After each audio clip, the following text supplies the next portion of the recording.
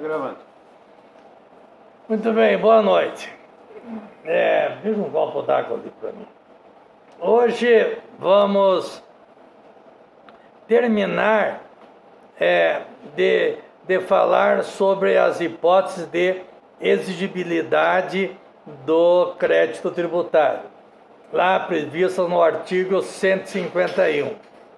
Nós já começamos a falar sobre a moratória, sobre o depósito do montante integral, sobre as reclamações e os recursos nos processos devido ao processo legal, tributário, administrativo.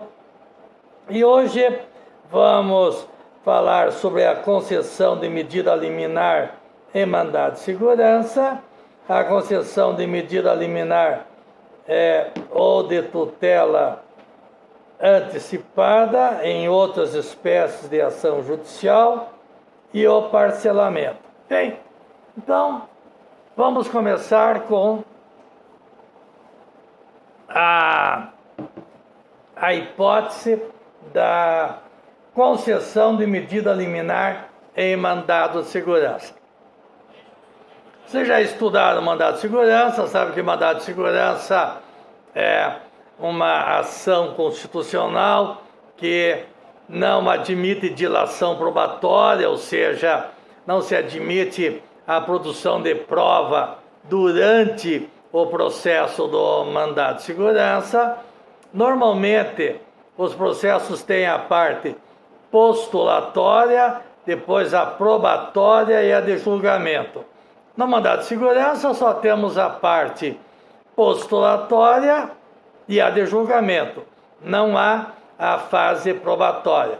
Por isso que se diz que no mandado de segurança não se admite a dilação probatória.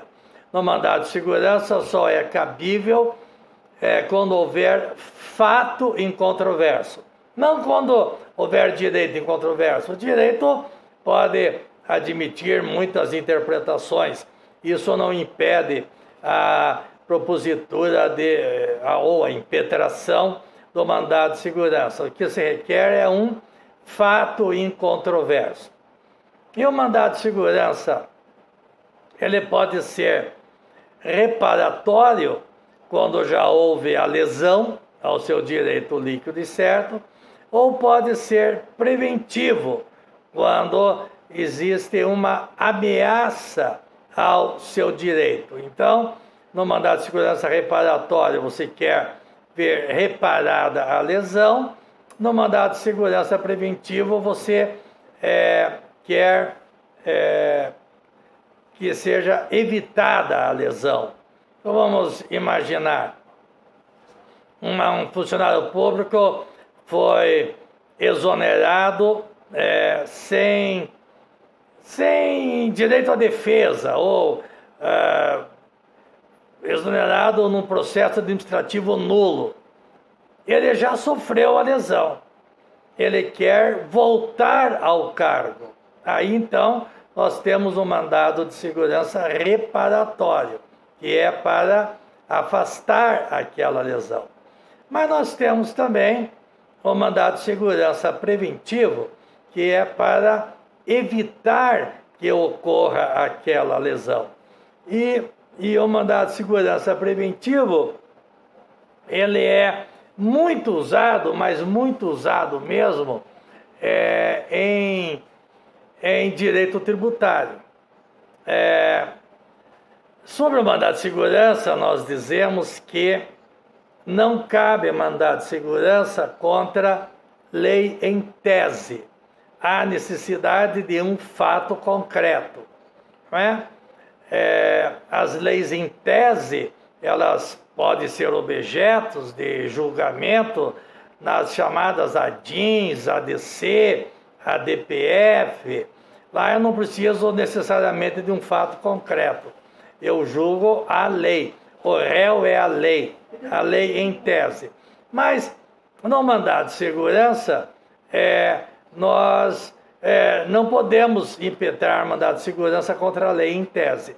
Há necessidade de um fato concreto, algo que atinja diretamente o meu direito. Bem, mas, repetindo, em direito tributário, cabe o mandado de segurança preventivo contra a chamada lei de efeitos concretos. Lei de efeitos concretos é diferente, naturalmente, da lei em tese. Lei de efeitos concretos são aquelas leis que necessariamente irão me atingir.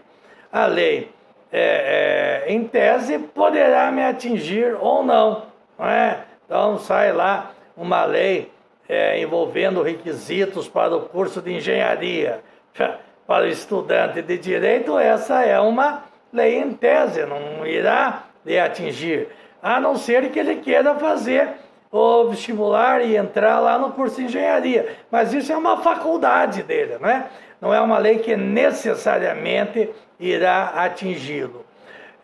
Entretanto, para aqueles que estão fazendo o curso de engenharia, essa é uma lei de efeitos concretos, porque necessariamente irá atingi-los. E essa é a diferença entre lei em tese e lei de efeitos concretos. Então, o mandado de segurança preventivo é usado para evitar que se sofra uma lesão. Dá para nós fazermos uma comparação com o habeas corpus. Tem o habeas corpus preventivo, que é para evitar que você sofra a lesão. E o habeas corpus libertatório é quando você já sofreu a prisão e quer ser libertado, não é? Então, existe esses dois tipos de mandado de segurança. Quer dizer, mandado de segurança envolve as duas espécies, né? Então, existem essas duas espécies de mandado de segurança, quer o reparatório, quer o preventivo. Eu digo que em direito tributário é muito usado o preventivo, porque vamos tentar dar um exemplo. Se há lá um aumento significativo de impostos sobre venda de veículos, se eu não for comprar o veículo, para mim aquela lei é em tese, não tem efeito concreto. Porém, para as concessionárias, que o negócio deles é vender o veículo, elas necessariamente irão sofrer os efeitos daquela lei. Por isso que se chama de lei de efeitos concretos.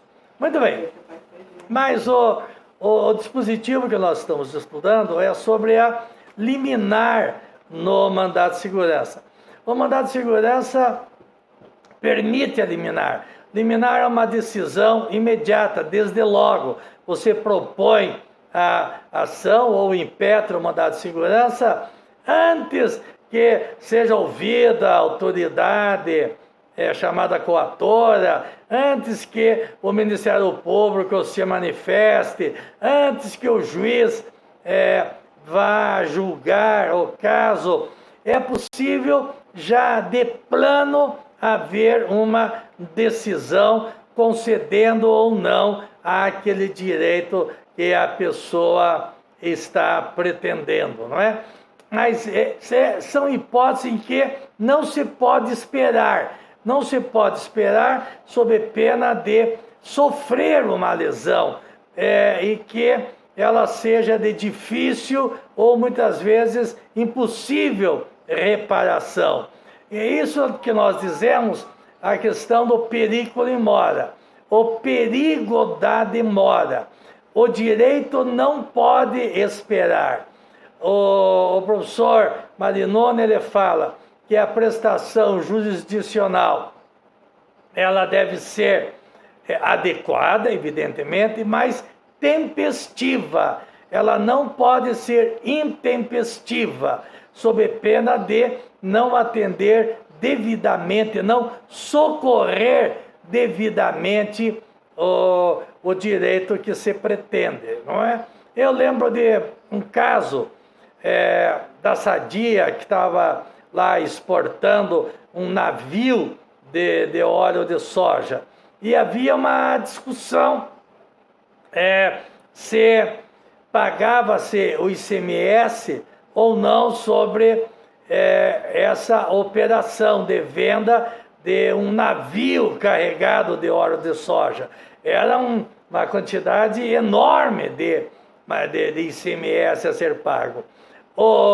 A Sadia dizia que não era devido o ICMS naquela situação, e o Estado dizia que era devido. Havia uma discussão a esse respeito. Muito bem.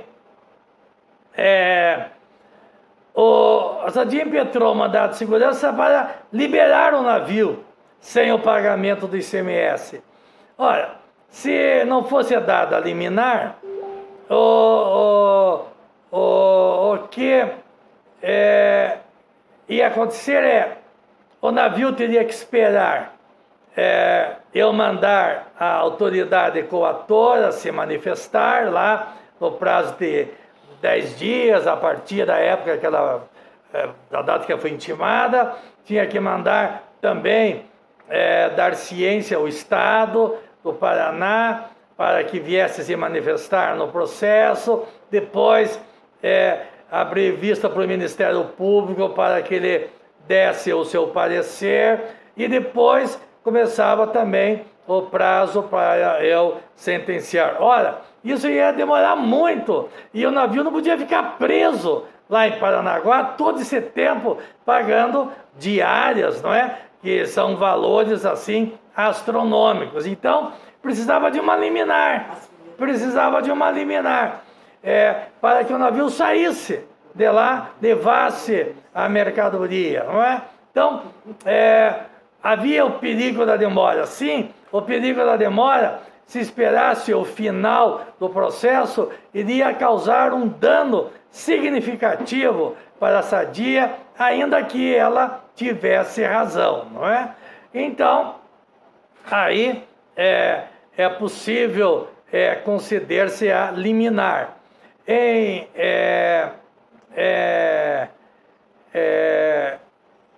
Havia uma discussão se era cabível ou não liminar contra a fazenda pública, mas essa dúvida foi superada, tanto que esse dispositivo, o artigo 151, inciso 4, vai admitir como suspensão do crédito tributário ou a suspensão da exigibilidade do crédito tributário a concessão de medida liminar em mandado de segurança. Isso está de acordo também, não é, com o princípio constitucional inserido lá no artigo 5º, inciso 78, que vai dizer: a todos no âmbito judicial e administrativo são assegurados a razoável duração do processo e os meios que garantam a celeridade da sua tramitação. Então, tem situações que não dá para esperar, que não pode esperar mesmo. Bom, então isso está relacionado com a liminar do mandado de segurança. Mas não é cabível apenas... Deixa eu achar um negócio aqui que eu perdi. Não é possível, é possível apenas a liminar em mandado de segurança. É possível eliminar também em qualquer outro tipo de ação.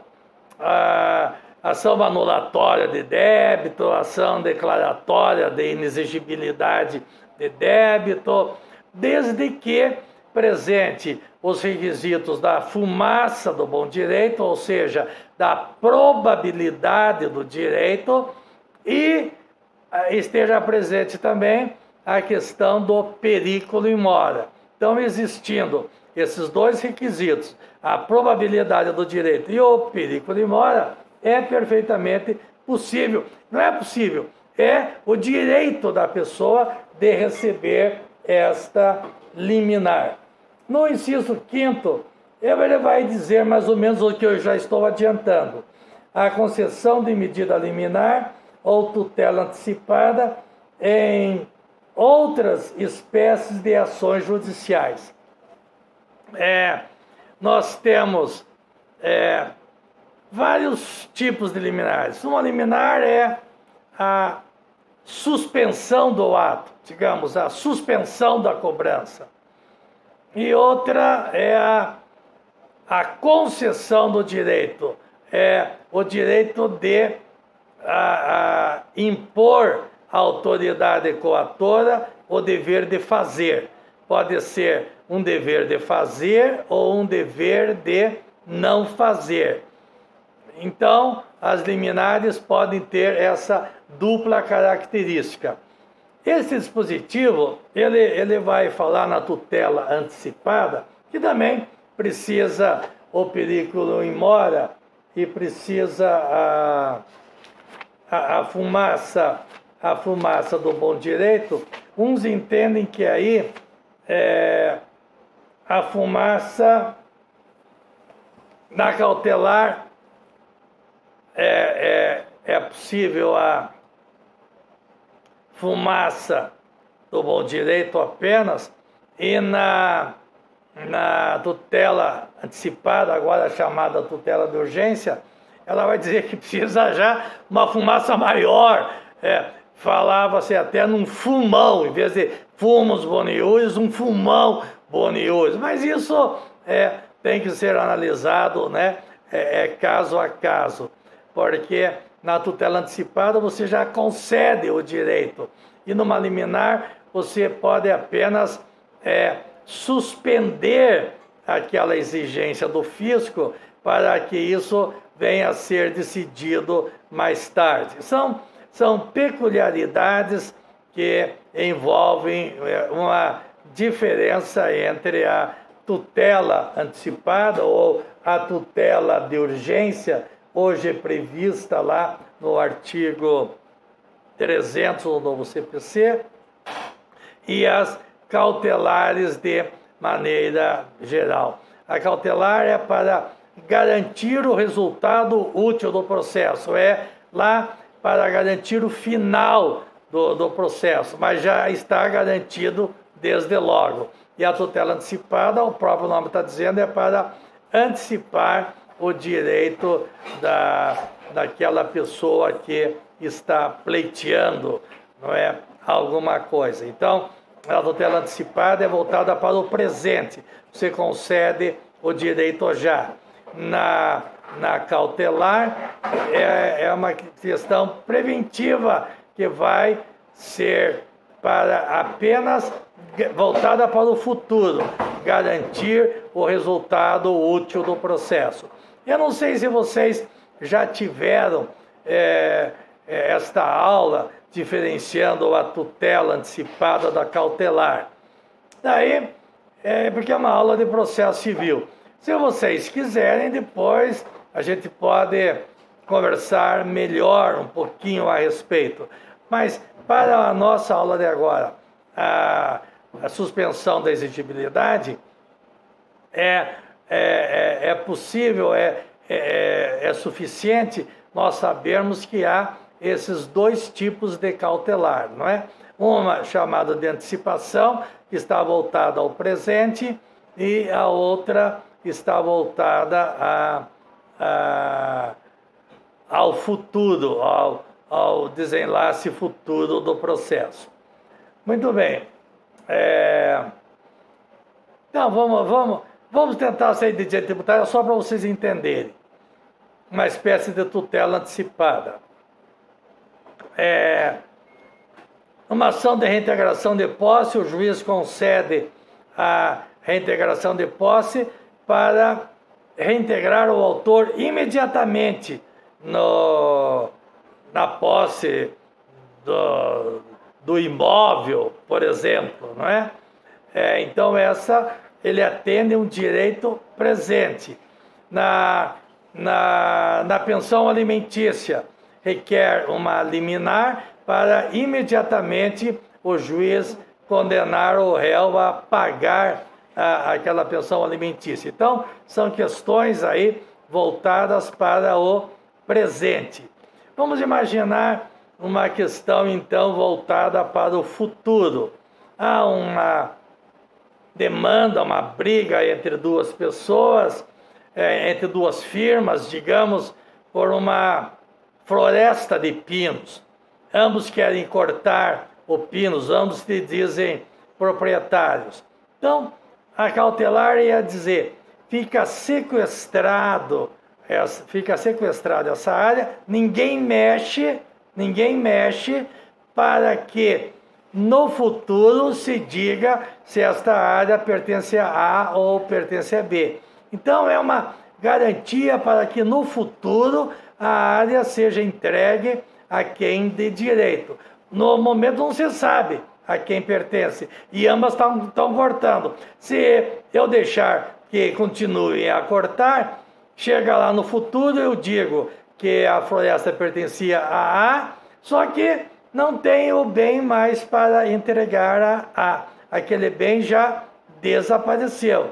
Então, a cautelar é mais voltada para garantir o futuro, a utilidade do processo no futuro. Então, penso eu que esses dois exemplos podem ajudá-los um pouco a distinguir a diferença entre a tutela antecipada e uma cautelar. Bem, e no direito tributário também pode ser para garantir o presente,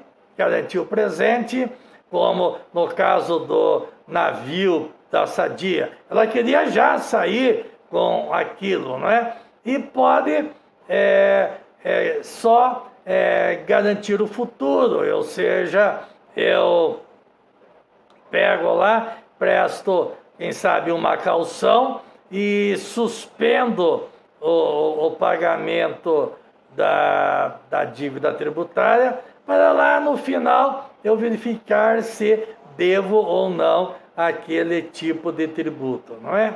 Muito bem.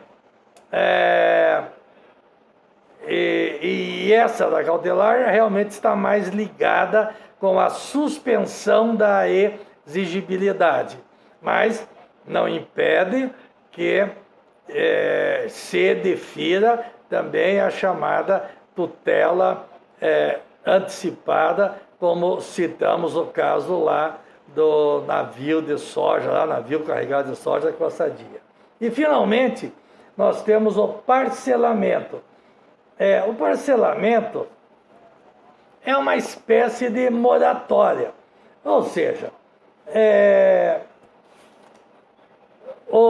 haverá uma prorrogação do prazo para pagamento do débito. Então, a pessoa está devendo lá uma quantidade X lá de tributos, não tem condições de pagar, e aí vem uma lei, normalmente chamada Refis, que permite o parcelamento. Então, é uma espécie de moratória. Não se confunde com a moratória, porque a moratória eu posso transferir o total do pagamento lá para, sei lá, 6 meses, 1 ano. No parcelamento não, o que eu faço é parcelar, não é? Estabelecer as parcelas para o pagamento daquele crédito tributário. Bem, na nossa próxima aula, no nosso próximo bate-papo, nós iremos falar sobre as espécies de extinção do crédito tributário. A extinção do crédito tributário está prevista lá no artigo 156 do CTN, que vai falar do pagamento, da compensação da transação, da remissão, da prescrição e a decadência, da conversão do depósito em renda, do pagamento antecipado e a homologação do lançamento, da consignação em pagamento, da decisão administrativa irreformável, da decisão judicial passada em julgado e da dação em pagamento de bens imóveis. Bem, vamos verificar que tem muitos detalhes a respeito dessas hipóteses da extinção do crédito tributário. Mas por hoje nós terminamos a trabalhar, não é, na parte final das hipóteses de suspensão da exigibilidade. Lembrando que são hipóteses provisórias, não é? Que elas têm por finalidade impedir a propositura da execução, não é? E também elas suspendem o prazo de prescrição para a cobrança daquele crédito. Tá bom? Então, até lá a próxima aula.